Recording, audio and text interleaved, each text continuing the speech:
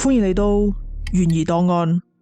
青春期係每個人成長嘅必經階段，而反叛似乎就成為咗青春期嘅代名詞。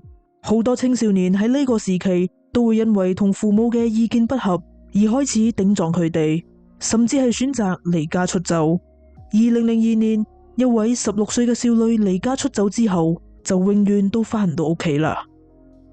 本案嘅主角叫做 Yotion， 於1986年2月21號喺印第安納出世。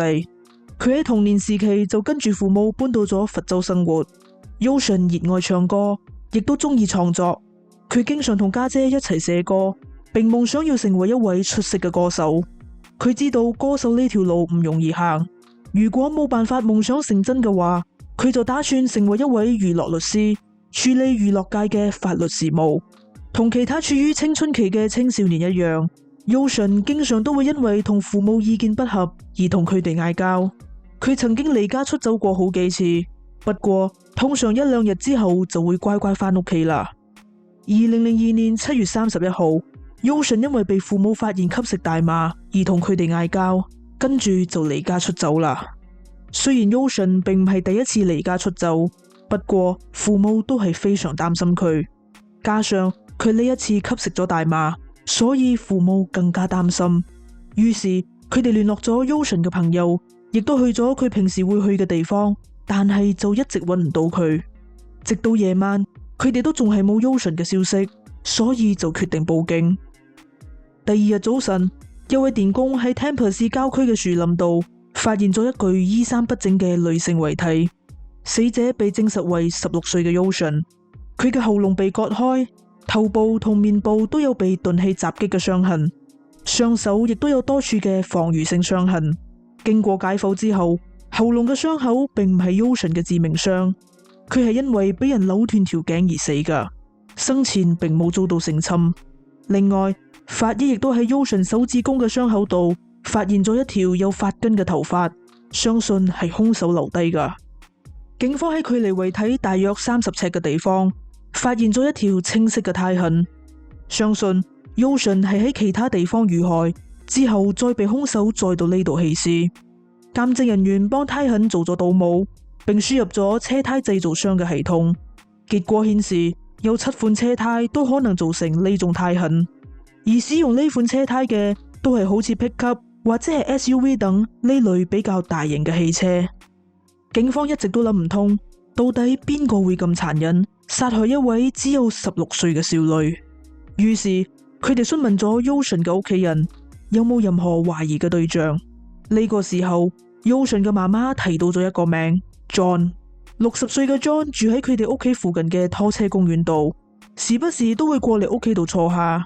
不過媽媽覺得 John 似乎想要揾機會接近佢啲仔女，比起大人佢更加傾向同啲細路做朋友。背景調查顯示 John 冇犯罪記錄，佢同妻子分咗居，目前靠住四周圍打散工為生。不過當警方嚟到拖車公園揾 John 問話嘅時候，佢並唔喺屋企。而拖車公園嘅管理員亦都表示，佢已經1、2日冇見過 John 啦。之後警方進入咗佢嘅拖車房屋，但係入邊並冇打鬥嘅跡象，亦都冇任何可疑嘅地方。呢個時候，警方收到咗一通電話，係 Yotion 男朋友嘅媽媽打嚟噶。佢同警方講 Yotion 喺7月31號早晨8點半打咗個電話俾佢，並表示自己陣間會過嚟將一封信交俾男朋友。幾分鐘之後，一架紅色嘅 pickup 就停咗喺門口。Yotion 匆匆忙忙咁將封信交咗俾佢之後，就上車離開咗。佢表示司機係一位中年白人男子，但係佢就冇睇清楚佢嘅樣。警方調查咗手機號碼，發現號碼嘅主人係一名女子。於是警方打咗個電話過去，聽電話嘅係一個叫做 Philip 嘅男人，號碼係佢嘅前妻註冊噶。當 Philip 被問到認唔認識 Yotion 嘅時候，佢表示佢喺案發當日揸車載住個女嘅時候，遇到咗喺路邊想要搭順風車嘅 Yotion， 並俾佢上咗車。之後 Yotion 借咗佢嘅手機打電話，跟住佢就載 Yotion 去到男朋友嘅屋企，最後喺一間超市度放低咗佢。Philip 同意嚟到警局協助調查，不過佢就一直都冇出現，呢一點非常可疑。於是警方即刻將 Philip 嘅名輸入數據庫，並發現咗一個重要嘅信息：Philip 有殺人前科，亦即係話佢好有可能就係殺死 Ocean 嘅兇手。1987年，Philip 仲係一位男妓，經常都會喺夜店度招攬男性客戶。有一晚，一位叫做 Gary 嘅數學老師邀請佢返屋企尋歡作樂，過程中 Philip 突然攻擊 Gary， 並用電話線勒死咗佢。作案之後，Philip 拎走咗 Gary 嘅銀包，仲揸走咗佢架車。被捕之後，Philip 同控方達成咗認罪協議，承認2級謀殺同埋持械打劫嘅控罪，最終獲刑17年。不過佢只係服刑咗6年，就喺1995年被釋放。之後警方翻查咗超市嘅閉路電視，發現 Ocean、Philip 同埋佢嘅女喺案發當日早晨8點48分一齊進入咗超市。佢哋用咗大約5分鐘買咗一啲釣魚用具之後，就一齊上車離開咗。於是警方即刻帶住搜查令嚟到咗 Philip 嘅屋企。警方撳咗門鐘，開門嘅係 Philip 喺獄中認識嘅同屋主 Fred。Fred 表示，自從 Ocean 被殺嘅新聞被報道出嚟之後，佢就冇再見過 Philip 兩父女啦。而佢之前亦都冇見到 Ocean 出現喺間屋度。警方搜查咗間屋，一開始並冇發現任何異常。跟住佢哋揭起咗 Philip 兩父女間房嘅地氈，發現地下有一處大約4尺長，並散發住漂白水味嘅污漬，講明有人曾經嘗試清理過呢塊污漬。之後佢哋又喺地氈底部同埋埲牆上發現咗血跡，經過檢測之後證實呢啲血跡都係屬於 Ocean 噶，亦即係話 Ocean 係喺呢度遇害噶。同屋主 Fred 表示自己同案件無關，但係佢亦都唔願意同警方合作，因為佢覺得警方經常鄙視佢哋呢啲色囚。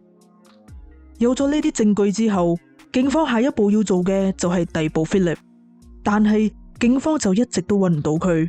Philip 非常囂張，佢經常都會用公共電話打俾警方，了解佢哋嘅調查進度，並乘機挑釁佢哋。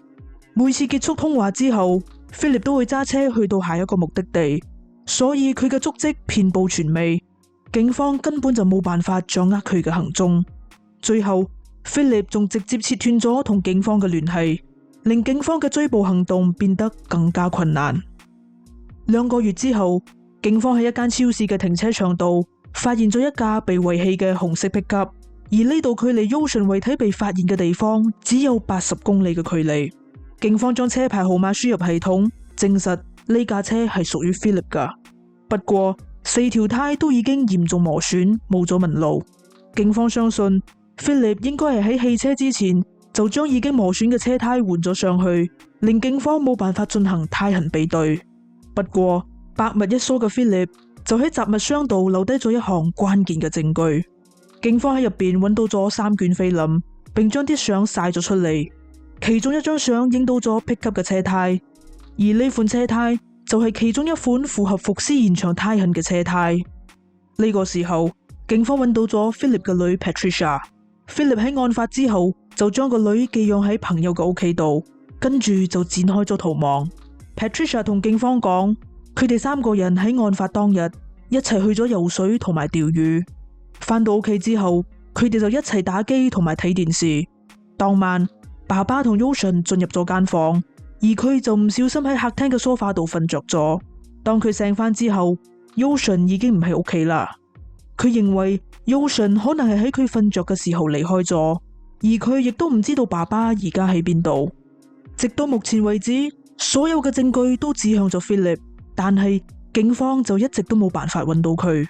呢個時候，警方醒起 Philip 之前一直都主動聯絡警方，了解調查嘅進度，或者佢而家亦都會聯絡其他人。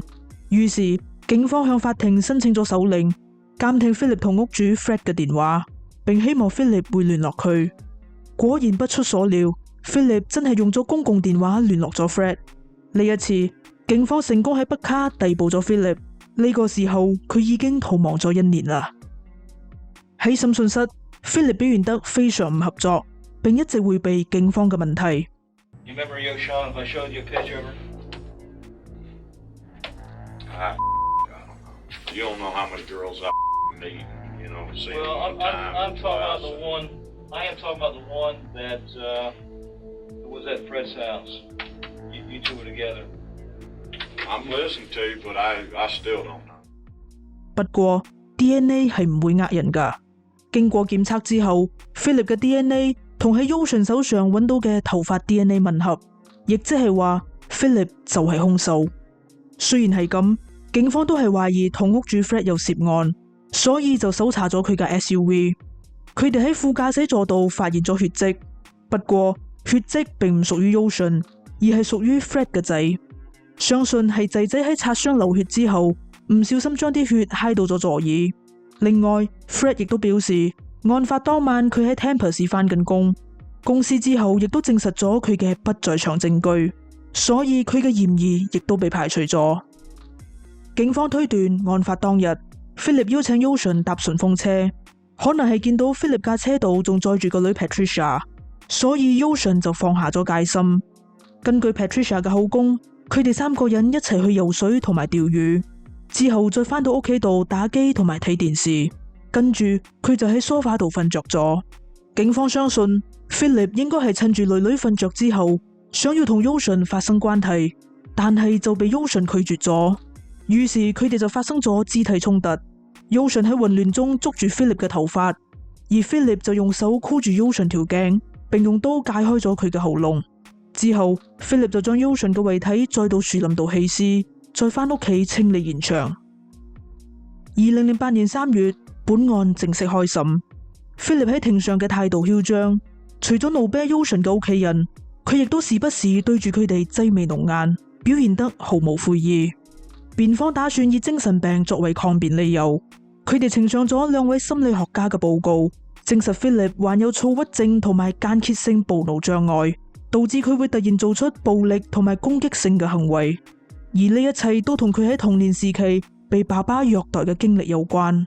不過陪審團對於辯方嘅講法不為所動，最終 Philip 被控1級謀殺罪名成立，判處死刑。2024年4月，法庭撤銷咗 Philip 嘅死刑判決，並改判 Philip 終身監禁，不得假釋。